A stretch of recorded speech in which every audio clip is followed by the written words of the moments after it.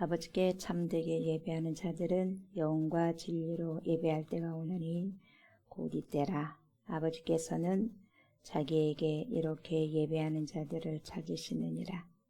하나님은 영이시니 예배하는 자가 영과 진리로 예배할지니라. 아멘. 빛으로 오신 예수님을 이 세상에 보내주신 하나님께 경배를 드립니다. 빛으로 오시고 빛으로 사시며 영원한 빛의 주인이 되신 그리스도 예수님을 찬양합니다.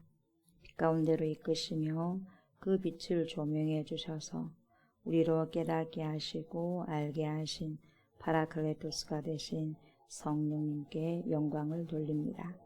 오늘도 전지전능하시고 모든 것을 주관하시는 하나님께 예배를 드리오니 저희들의 예배를 받아주시옵소서. 감사를 드리며 예수님의 이름으로 기도드리옵나이다. 아멘. 우리 주님을 찬양합니다. 성령에 임하소서.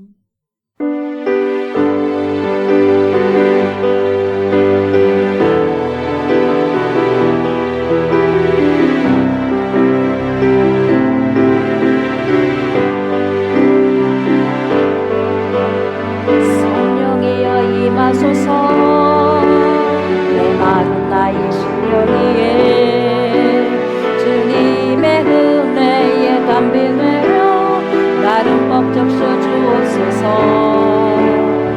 주의 권세 주의 능력 지금 이 시간에 마셔서 악한 권세 모든 깨뜨리고 주님 나라 임하소서.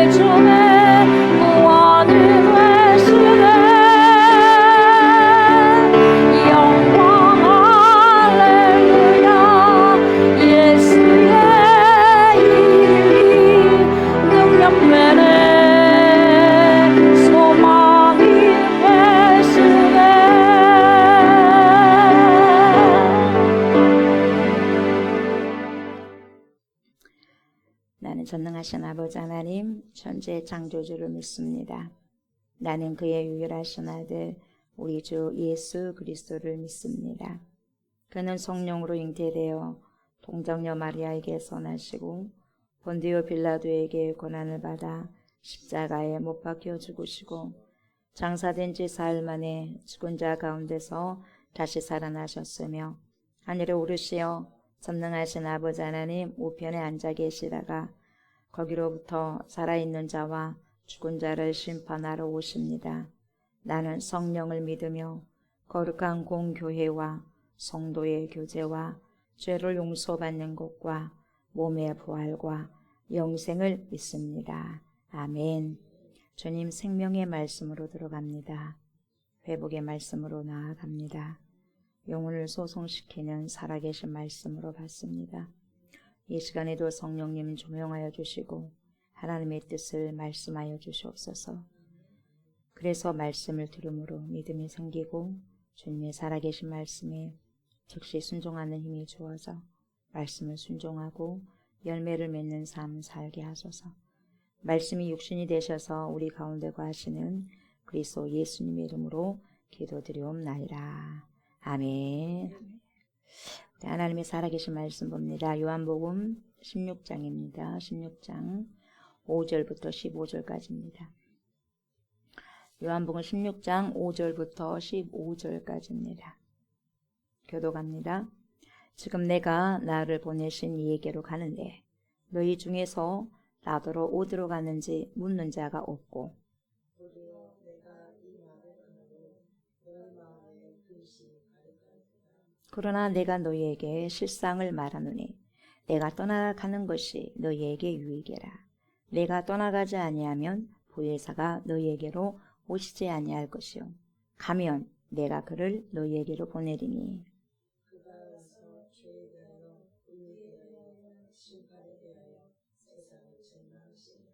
죄에 대하여라 함은 그들이 나를 믿지 아니함이요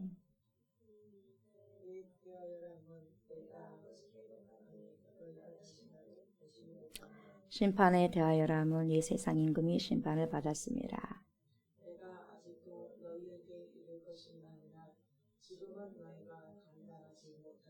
그러나 진리의 성령이 오시면 그가 너희를 모든 진리 가운데로 인도하시리니 그가 스스로 말하지 않고 오직 들은 것을 말하며 장래일을 너희에게 알리시리라.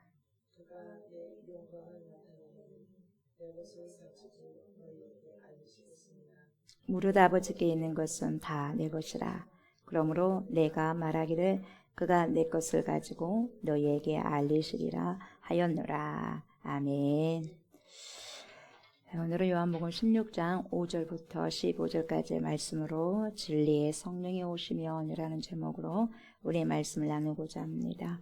이 시간에도 파라클레토스가 되신 보혜사 성령께서 저와 여러분들의 심령에 자정하여 주셔서 말씀을 들을 때 조명하여 주셔서 알게 하시고 깨닫게 해주셔서 진리의 말씀을 살아갈 때 재현할 때 큰 힘을 허락하여 주시기를 원합니다. 그렇게 기도하는 마음으로 말씀을 청정하셨으면 좋겠습니다.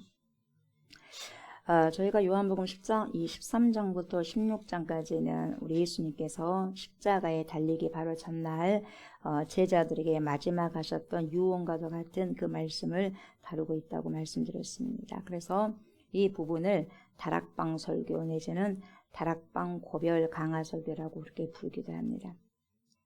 그렇다면 우리 예수님이 십자가에 달리기 전까지 그렇게 제자들에게 하시고 싶었던 그 말씀의 핵심은 무엇인가? 그것은 바로 나는 간다. 나는 가고 예수님이 가신다는 거죠. 가시고 가셔야 보혜사 성령이 오실 것이다. 그 말씀을 하시고자 하시는 거죠. 그래서 계속 제자들에게 하시는 말씀이 예수님은 간다. 나는 간다. 그리고 성령님이 오신다. 보혜사가 올 것이다. 이렇게 말씀하시는 거였죠. 그런데 이 말씀을 들은 제자들은 탐탁질 않아요. 좋아하고 하지 않습니다. 좋은 반응이 아니었어요. 그게 바로 5절부터 나옵니다. 5절 보니까 이렇게 말씀하시죠. 지금 내가 나를 보내신 이에게로 가는데 너희 중에서 나더러 어디로 갔는지 묻는 자가 없고 간다고 하면 구체적으로 물어봐야 될 거 아니겠어요. 짐작은 해. 죽는다는 것을 짐작을 해. 근데 뭡니까? 묻고 싶지 않아. 더 이상은. 자기들이 예수님이 죽어버리면 이제 뭐 할 거예요? 이거? 깝깝한 거죠. 더 이상 묻고 싶지 않아요. 그냥 숨어버리는 거죠. 그래서 예수님께서 가신 것을 제자들은 좋아하지 않았어요. 그래서 오히려 뭐 하고 있냐? 근심한다 그랬어요. 근심하고 걱정을 한다 그랬어요. 그 이유가 뭐죠? 예수님이 가시고 성령님이 오신다는 그 말의 의미를 몰라 잘 진정으로 깨닫지 못하기 때문에 불안만 하는 거예요. 예수님이 같이 3년 동안 있다가 갑자기 안 계시면 어떡하지? 우리의 삶이 어떻게 되는 거지? 변수가 나지. 변수. 생각지도 못하게 변수가 일어났다는 거죠.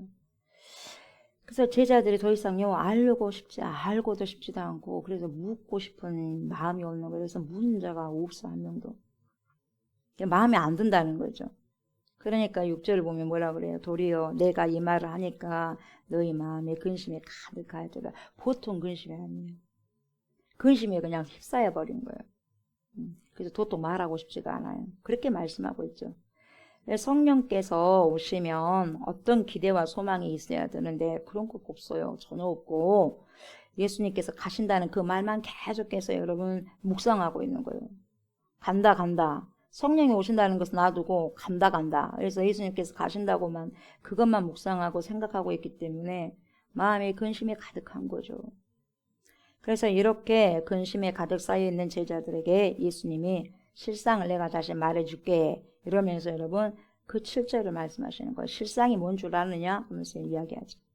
그러나 내가 너희에게 실상을 말하노니 내가 떠나가는 것이 너희에게 뭐라 그랬어요?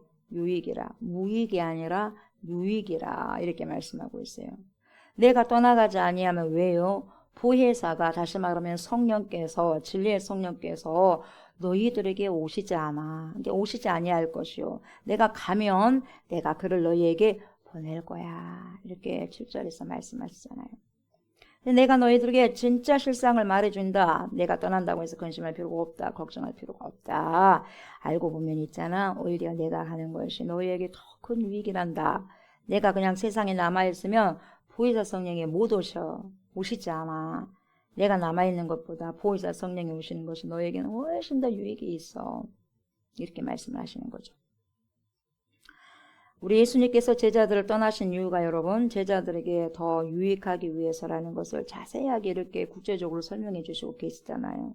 이 보혜사 성령님이 오시면 예수님은 이 성령님을 통해서 제자들 안에 영원히 함께 거하시게 되는 거죠. 근데 이 개념을 몰라요.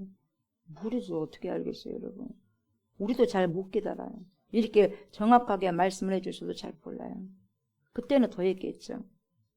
오늘 저와 여러분들은 성령님이 이미 우리 안에 오셨음에도 불구하고 그것을 모르거나 그래서 여러분 누리지 못하는 경우가 많습니다. 그러니 우리가 뭐예요? 근심하고 걱정할 것이 아니라 이런 큰 유익들을 누리며 어째요? 살아야 된다는 거죠. 그렇다면 성령님이 오시면 뭐라고 하셨어요? 유익하다고 말씀하셨어요. 유익하다고 말씀하셨는데 진리의 성령님이 오시면 무엇이 유익한가? 그 내용이 여러분 바로 8절부터 15절까지 쭉 나와요. 진리의 성령이 오시면 어떤 사역을 하시냐면 첫 번째는 여러분 세상에 관련된 사역을 하셔요. 세상에 관련된 사역을 하시고 두 번째는 제자들에게 관련된 사역을 하셔요. 먼저 세상에 관련되어서 성령께서 어떤 사역을 하시는가 8절이죠. 그가 와서 죄에 대하여 그리고 의에 대하여 그리고 심판에 대하여 세상을 책망하시리라 이렇게 말씀하셔요. 그러니까 진리의 성령이 오시면 죄의 심판에 대하여 어째요? 책망하신다는 거죠. 여기서 여러분 책망하다라고 이렇게 번역된 헬라어 단어는요 에렌케우거든요. 이 에렌케우인데 이 용어는 무슨 용어예요? 법적인 용어예요. 법적 용어. 그래서 이 책망한다라는 말은 뭡니까? 고발한 거예요. 고발한다, 고소한다. 성령께서 고발해요. 고소해요. 마치 누구처럼? 검사처럼. 그래서 법정에서 검사가 죄를 고소하는 것처럼 진리의 성령이 오시면 이 세 가지를 고소한다고 이렇게 말씀하고 있어요. 죄에 대해서 고소할 것이다. 의에 대해서 고소할 것이다. 심판에 대해서 고소할 것이다. 이렇게 지금 9절부터 11절까지 쭉 그렇게 말씀하고 있어요. 이 첫 번째 진리의 성령님이 이 땅에 오시면 세상을 향해서는 여러분 죄를 이렇게 폭로하는 이 검사의 역할을 하신다는 거예요. 다시 말하면 죄를 드러내고 여러분 책망하셔요. 그래서 고소하는 일을 하신다는 거죠. 그러면 여러분 이 죄에 대하여는 뭐라고 말하느냐? 죄가 뭐냐 도대체 죄. 그 죄는 바로 뭐예요? 예수님을 안 믿는 거예요.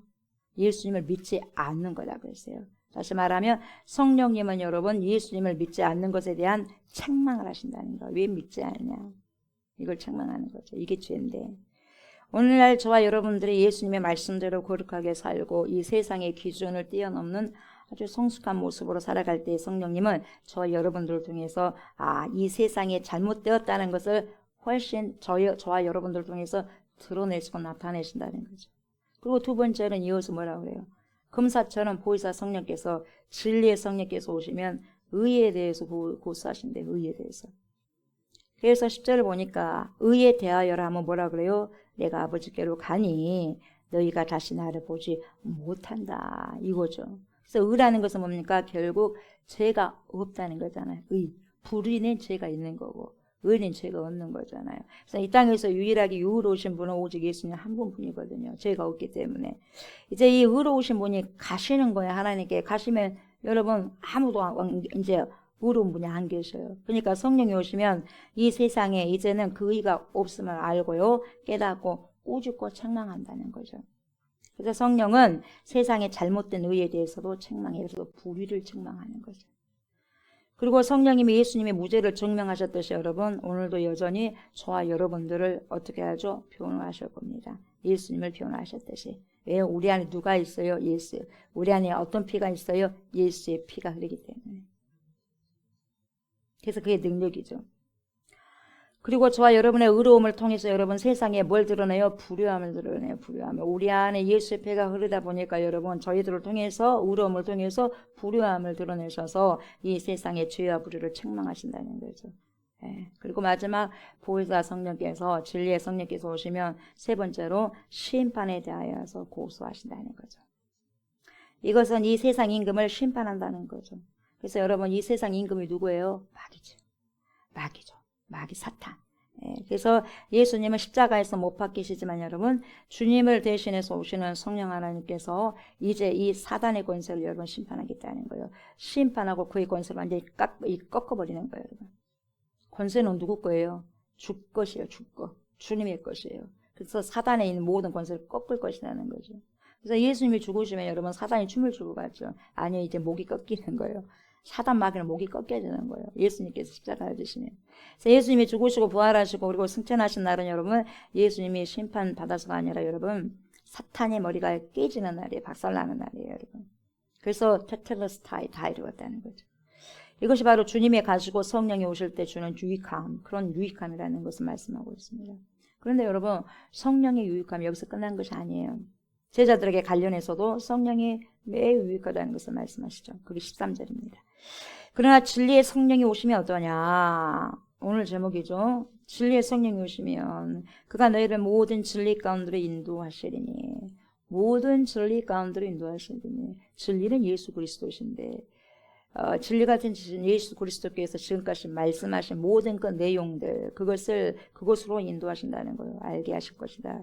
깨닫게 하실 것이다. 조명하게 할 것이다. 그래서 뭡니까? 기억나게 할 것이다. 그렇게 모든 진리 가운데로 인도하시리니 그가 스스로 말하지 않고 성령께서 자기 스스로 임으로 말하지 않아요. 예수님께서 스스로 임으로 말하지 않고 아버지 하나님께서 하신 말씀을 다 했던 것처럼. 왜요? 나와 하나님께서 하나다. 내 안에 하나님께서 계시니까. 아버지께서 계시니까 내가 임으로 말한 게 하나도 없다. 아버지께서 하신 걸 내가 한 것뿐이다. 이런 것처럼 성령도 임으로 말씀하신 게 하나도 없어요. 나와 성령은 함께 있잖아요. 예수님께서. 그래서 여러분 성령은 자기 임으로 말한 것이 없고 예수 그리스도께서 말씀하신 것을 알게 하는 거죠. 그걸 이야기하는 거죠. 깨닫게 하고. 그래서 그가 스스로 말하지 않고 오직 들은 것을 말하며 오직 누구에게 들은 거? 예수님. 예수님께 들은 것은 예수님께서 말씀하신 것을 말하며 장래일을 너에게 알리시리라. 하나님께서 말씀하신 모든 것을 알리시는 역할을 성령이 하신다는 거죠. 그래서 여러분 예수님이 가시고 오시는 성령은 이 제자들 속에 내주하시면서 진리 가운데로 계속해서 인도하시는 거죠. 그래서 말씀을 살아갈 수 있게 하시고 말씀을 살아낼 수 있도록 하시는 거죠. 여기서 말하는 진리가 누구죠? 진리 그 자체가 되신 예수 그리스도예요. 진리가 무엇이냐? 진리가 누구냐? 예수님이죠. 그 예수님께서 제자들에게 계속해서 말씀하셨던 그 말씀들을 생각나게 하신다는 거죠. 그래서 우리가 진리 가운데 거한다는 것이 뭐냐? 말씀을 계속해서 묵상하면서 그 말씀에 내 삶을 주관하고 주장하는 거죠. 이렇게 했을 때는 주님이 어떻게 하셨을까? 주님 말씀하시잖아요. 그 말씀을 따라서 살아갈 때 나는 진리 안에 거하는 거죠. 제자들은 지금 예수님의 말씀을 도통 이해가 안 돼요. 그리고 이해하지 못하지만 이해를 하려고 다 안 해요. 그렇지만 여러분 보혜사 진리의 성령께서 오시면 주님께서 예수님께서 지금까지 말씀하셨던 그 십자가의 죽음의 의미가 무엇이었냐, 그리고 부활의 의미가 무엇이었냐, 승천의 의미가 무엇이냐, 그리고 앞으로 재림이 있을 것인데 그 의미가 무엇인가, 이런 모든 장래일들의 의미를 깨닫게 해주실 것이다. 그 말씀이죠. 그렇다면 왜 보혜사가 되신 진리의 성령께서 이런 사역을 하셨냐? 왜 이런 사역을 하셨습니까? 그 목적을 너무 정확하게 14절에서 밝히고 있죠. 14절. 그가 내 영광을 나타내리니. 그가 누구예요? 보혜사 성령이죠. 그가 내 영광을 나타내리니 나는 누구예요? 예수님. 예수님의 영광을 나타내리니 내 것을 가지고. 그래서 예수님의 것을 가지고 너희에게 알리시겠습니다. 그러니까 성령은요, 자기 임무들 말씀하는 게 아니라 예수님의 것을 가지고 이야기하는 거죠. 그래서 성령님의 사역에 분명한 목적이 여러분 정확하고 분명하고 명확하게 지금 드러나고 있어요. 그 목적이 뭡니까? 오직 예수님의 영광을 나타내는 거죠. 영광 할렐루야예요. 누구의 영광이죠? 그리스도의 영광. 예. 절대로 다른 말 하지 않습니다. 전능하신 하나님의 그런 영광을 드러내는 거죠.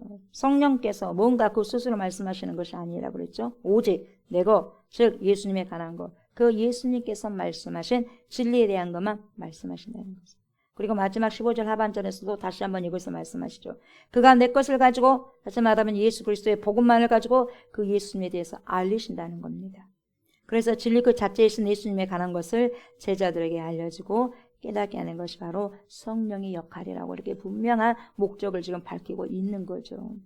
결국 우리 예수님께서 가시고 진리의 성령이 오시면 어떤 일이 일어납니까? 무슨 유익이 있다고 했습니까, 여러분? 진리의 성령께서 진리가 되신 예수님께로 저와 여러분들을 어때요? 이끄는 거예요. 가이드 해주는 거예요. 인도하는 거예요. 이리 와. 그 길이 아니잖아. 이쪽 길이야. 내 가고 길이야. 진리야. 생명이야. 나로 말미암지 않고는 천국 갈 수 없어. 아버지께로 갈 수 없어. 이걸 진리의 성령께서 가르쳐 주시는 거죠. 예수님 대신해서. 그래서 지금까지 말씀하셨던 예수님의 말씀을 깨닫게 하고요. 예수님의 영광만 드러내시고요. 예수님께서 말씀하셨던 것을 기억나게 하시고 알게 하시고 깨닫게 하시더라고 말이죠. 그런데 많은 사람들이 잘못 알고 있는 경우가 많아요. 뭐냐? 성령은 예언을 하죠. 예언을 하죠. 예언다고 방언을 하고 병을 고치고 이것이 주 목적이라고 생각하는데 그것이 아니라는 거예요. 그것이 주 목적은 아니고 물론 그러한 일들도 나타나요. 나타나지만 보조적인 거고 부수적인 거죠. 그것조차도 오직 누구를 위해서? 예수 그리스도를 위해서 나타내기 위해서 주님의 영광을 드러내기 위해서 부가적으로 드러내는 현상들이라는 것을 그걸 기억하셔야 한다는 거죠. 그러니까 진리의 성령은 예수님을 믿게 하고 깨닫게 하고 구원받는 그 사역에 굉장히 초집중할 수 있도록 하신다는 거죠. 이게 중요하니까. 여러분 어떠한 능력을 여러분 일으킨다 할지라도 여러분 내가 결국 구원받지 않으면 무슨 소용이 있겠어요? 아무런 소용이 없는 거죠. 결국 중요한 게 뭡니까? 마지막에 구원받는 거 중요하죠. 그렇잖아. 이 모든 구원을 위해서 이런 능력도 행하게 하고 저런 능력도 보여주시고 하는 거죠. 구원받게 하기 위해서. 네. 그 주객에 전도되면 안 되는 거죠. 우리의 여러분 주된 것이 뭐예요? 어떤 능력을 행하는 게 아니라 구원이. 그죠? 구원이 목적이 되어야 된다 이 말이에요. 이걸 바깥쪽에 해버리면 안 되는 거죠. 그래서 여러분 성령 없이는 여러분 구원을 이루어 나갈 수가 없고요. 성령을 통해서 구원까지 가게 된다는 거죠. 그래서 우리가 성령 충만해야 할 이유가 그거죠. 이제 예수님이 여러분 가시고 제자들의 복음 전하는 사역을 감당해야 되거든요. 무엇보다 여러분 그들의 힘만으로는 절대 부족한 거죠. 절대 부족. 그래서 여러분 보혜사 성령의 도움이 절대적으로 필요한 거죠. 그래서 우리 주님은 가지고 성령께서 꼭 와야 된다고 그렇게 말씀을 하시는 거죠. 그게 저와 여러분들과 엄청난 유익이니까. 이 사실을 제일 잘 알고 있던 사람이 바로 제자 중에서 사도 바울이 아닌가라는 생각을 해봅니다. 그래서 그는 사도 바울은 고린도전서 2장 4절에 이렇게 말씀하잖아요. 내 말과 내 전도함이 설득력 있는 지혜의 말로 하지 아니하고 다만 성령의 나타나심과 능력으로 하여 이렇게 말하고 있어요. 바울이 그 당시에 여러분 최고의 학문을 배운 사람이었습니다. 여러분. 엘리트 중에 엘리트였어요. 수사학이나 여러분 변증학에 대해서도 매우 자신이 있었던 사람이죠. 얼마나 변론 많이 합니까 여러분. 스스로 본인이 여러분 변론하잖아요. 네. 그렇게 말도 잘했습니다. 그러나 전도는 여러분 결국 그런 설득력, 사람의 설득력 있는 그런 말이나 여러분 자신의 지혜로 말로 되지 않는다는 것. 자신의 그 지혜의 말로 되지 않는다는 것을 누구보다도 잘 알고 깨달은 사람이 누구예요? 사도 바울이었어요. 그래서 전도할 때 사람이 지혜가 아니라 성령의 인도하심과 나타나심을 해야 된다는 것을 잘 알았던 인물이었습니다. 그 성령의 능력으로 해야 한다는 걸 깨달았기에 이런 고백을 할 수 있었던 거죠. 진리의 성령님은 이처럼 저와 여러분들을 어디로 인도하십니까? 진리 가운데로 인도하셔요. 진리가 되신 예수 그리스도께로 인도하시는 거예요. 그래서 진리의 그 말씀을 알게 하시고 깨닫게 하시는 거죠. 그래서 그 안에 머물게 하기를 원하는 거죠. 그래서 그 안에 머물게 되면 무엇을 맺을 수가 있어요? 열매를 맺을 수 있는 거죠. 그래서 나의 안에 거하는 것이 진리 안에 거하는 것이고 진리 안에 거하는 것이 말씀 안에 거하는 것이고 말씀 안에 거한다는 것이 말씀을 실천하고 실행하면서 살아가고 살아내는 거죠. 그게 열매를 맺을 수가 있는 거죠. 이 진리의 성령님이 여러분 우리가 때로는 주의 길을 향할 때는 안 돼, 그러면 안 돼 하면서 양심의 찔림과 말씀으로 책망을 하시는 거예요. 내 안에 진리의 성령이 계시니까 내 양심이 찔리는 거예요. 성령 안 계시면 양심에 화인 맞아버리니까요. 양심이 없어져 버리는 거예요. 그리고 저와 여러분들은 하나님을 기쁘시게 하면 어떡해요? 우리 마음에 진정한 조이풀, 이 조이풀의 기쁨이 넘치게 되는 거죠. 그러니까 마음이 막 뜨거워짐을 느끼게 되는 거죠. 그래서 열정으로 더 열심을 품고 주를 섬길 수 있는 거죠. 그래서 고난 중에 있을 때는 여러분 우리를 위해서 탄식하며 기도하는 분이네. 그 탄식하면서 기도하시는 분이 성령 하나님이에요. 그게 로마서에 나왔죠. 로마서 8장에. 그러면서 여러분 말씀으로 우리를 위로하고 힘을 주시는 그분이 바로 누구죠? 진리의 성령님이십니다. 오늘도 저와 여러분들의 진리의 말씀 안에서 서로 사랑하면서 어떻게 살아가야 될까요? 정의롭게 살아가세요. 정의롭게. 하나님께서 원하시는 건 정의와 공의예요. 사랑이에요, 여러분. 그게 사랑이에요. 정의롭게 살고 의롭게 살고 의로움이 누구죠? 예수 그리스도. 예수 그리스도 안에서 말씀 안에서 다시 말하면 믿음을 가지고 그분에 대한 신뢰와 완벽한 믿음과 신뢰를 가지고 살아가라는 거죠. 이게 의롭게 그리고 공의롭게 거룩하게 살아갈 때 여러분 세상의 죄와 불의와 심판을 책망하시는 진리의 성령님과 함께 오늘도 동역자가 되셔서 우리도 이 땅에 하나님의 나라를 임하게 하는 주인공들이 다 되시기를 주의 이름으로 축복합니다. 아멘. 하나님 감사합니다. 진리의 성령이 오시면 죄에 대해서 의에 대해서 심판에 대해서 말씀하시고 진리의 성령이 오시면 저희들을 진리 가운데로 인도하시고 예수님께서 말씀하신 모든 곳으로 아버지요 인도하여 주신다고 말씀하셨습니다. 주님께서 가시면 성령께서 오시는 것이 우리들에게 유익이라고 말씀하신 것 아멘입니다. 그것을 받아들이고 오늘도 아버지 보혜사 성령 파라클레토스가 되신 그분과 함께 동행하게 해주셔서 하나님의 나라를 이끌어가는 귀한 주인공의 역할을 우리 모두가 할 수 있도록 하나님 인도하여 주시옵소서. 오늘도 주님과 형통한 삶을 살아갈 수 있는 귀한 삶을 살아갈 수 있는 귀한 열매 맺을 수 있는 귀한 시간들 되게 하여 주옵소서. 감사를 드리며 예수님의 이름으로 기도드리옵나이다. 아멘. 하늘에 계신 우리 아버지여 이름이 거룩히 여김을 받으시오며 나라가 임하시오며 뜻이 하늘에서 이루어진 것 같이 땅에서도 이루어지이다. 오늘 우리에게 일용할 양식을 주시옵고 우리가 우리에게 죄진 자를 사하여 준 것 같이 우리 죄를 사하여 주시옵고 우리를 시험에 들게 하지 마시옵고 다만 악에서 구하시옵소서. 나라와 권세와 영광이 아버지께 영원히 있사옵나이다. 아멘. 아멘.